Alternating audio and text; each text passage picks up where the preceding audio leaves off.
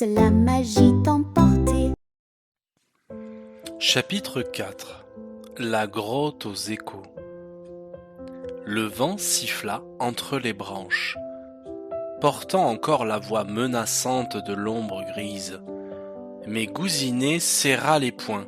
« Peu importe, nous devons récupérer cette plume. » Pluméo hocha la tête. « Alors allons dans la grotte de l'écho.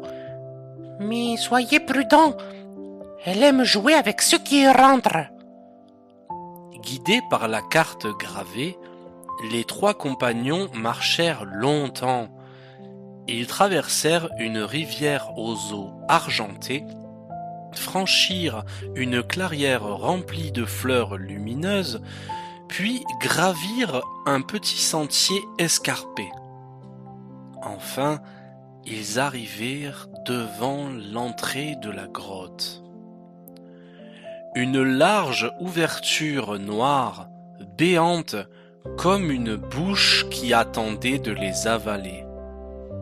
Titinoufle frissonna. « On dirait qu'elle nous regarde !»« Courage, Titinoufle !» répondit Gousinet. « Nous sommes ensemble !» Ils entrèrent. Aussitôt, leurs pas résonnèrent sur les parois. Mais ce n'était pas tout. « Courage, Titinoufle, nous sommes ensemble !» répéta une voix étrange, plus grave, qui n'était pas la leur. Titinoufle écarquilla les yeux. « C'est ma voix !»« Non !» murmura Pluméo. « Ce sont les écros. Ils déforment les mots, parfois même les pensées. » Plus ils avancèrent, plus les voix devenaient étranges. « Jamais vous n'y arriverez, » ricana un écho moqueur. « Gousinet, abandonne » souffla une autre voix. Les enfants se rapprochèrent, serrant fort Pluméo entre eux. Au bout de la grotte, une lumière dorée apparut. Elle flottait au-dessus d'un piédestal de pierre. La plume! Mais avant qu'ils ne puissent l'atteindre, les murs vibrèrent et une voix tonitruante s'éleva. Pour mériter la plume, répondez à mon énigme. Le sol trembla et des lettres de lumière s'écrirent dans l'air.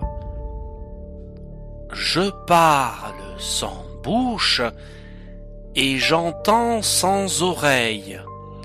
Je n'ai pas de corps, mais je vis dans l'air. Qui suis-je ? La plume scintille au-dessus du piédestal, attendant leur réponse. Mais si Gousinet et Titinoufle se trompaient, que se passera-t-il ? Chapitre 5. La plume de vérité. Les lettres de lumière brillaient dans l'air. Je parle sans bouche et j'entends sans oreille. Je n'ai pas de corps, mais je vis dans l'air. Qui suis-je ? Gousinet fronça les sourcils. « C'est une énigme » murmura-t-il. Titinoufle, lui, se mit à réfléchir à toute vitesse. Les échos autour d'eux répétaient la question, mais en déformant les mots. Sans bouche, sans oreille, dans l'air, chantaient les voix. Soudain, Titinoufle s'écria « Mais bien sûr, c'est l'écho !» À cet instant, la grotte s'illumina. La plume dorée descendit lentement du piédestal et vint flotter juste au-dessus de Pluméo. Pluméo la toucha du bout de son aile. La plume se fondit en lui et son chant devient plus fort, plus clair, comme une mélodie qui chassait l'obscurité. « Bravo, mes amis !» dit Pluméo avec émotion. « Vous avez trouvé la plume de la vérité ! Grâce à elle, mes paroles ne pourront plus jamais être déformées par les ombres. » Mais la joie fut de courte durée. La grotte trembla, des pierres tombèrent du plafond et une fissure s'ouvrit dans le sol, juste sous les pieds de Gousineau. « Attention !» cria Titinoufle. Trop tard, Gousinet glissa et disparut dans l'ouverture. « Gousinet !» hurla Titinoufle en tendant la main. Pluméo s'élança pour plonger derrière lui, ses ailes dorées illuminant la faille. Gousinet tombe alors dans les profondeurs de la terre. Mais où va-t-il atterrir ? Et l'ombre grise est-elle déjà là à les attendre ? Chapitre 7.